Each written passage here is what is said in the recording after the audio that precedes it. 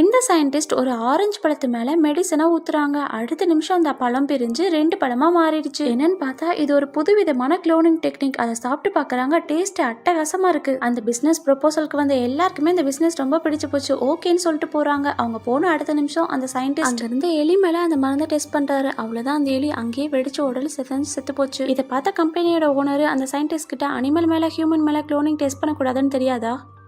இந்த மாதிரி நீ இல்லீகல் பண்றதுனால கம்பெனி போலீஸ்ட மாட்டிக்கும்னு திட்ட உடனே இந்த சயின்டிஸ்ட் ஓனரவே ஆளுங்களை வச்சு பிடிச்சு வச்சுக்கிட்டாரு. அடுத்தது அங்க இருந்து ஹெல்ப்பரை போட்டு தள்ளிட்டாரு. இவனோட தப்பான எண்ணத்தை கவனிச்ச கம்பெனியோட ஓனர் டக்குன்னு எல்லா சிஸ்டத்தையும் லாக் பண்ணிட்டாரு. அவனால அந்த மெடிசனோட ஃபார்முலாவே எடுக்கவே முடியல. உடனே அவன் அந்த கம்பெனி ஓனரோட பொண்ணை கொண்டு வந்து கொலை பண்ணிடுவேன்னு மிரட்டி பாஸ்வேர்டு வாங்க ட்ரை பண்றான். அவரு பாஸ்வேர்டை கொடுத்தாலுமே அந்த பொண்ணை கொலை பண்ண போறான். அந்த நேரம் பார்த்து கரெக்டா அந்த இடத்துக்கு வந்த சூப்பர் ஹீரோ டக்குன்னு வெப்ப விட்டு அந்த பையனோட கையில இருந்து அந்த மெடிசனை பிடிக்கிட்டான். நல்ல வேலைக்கு எல்லாருமே சேஃப் ஆயிட்டாங்க. அந்த சயின்டிஸ்ட் எப்படியாச்சும் எஸ்கேப் ஆயிலன்னு வரும்போது செக்யூரிட்டி கார்டு அவனை அடிச்சிட்டாங்க. அவன் வசமா மாட்டிக்கிட்டான்.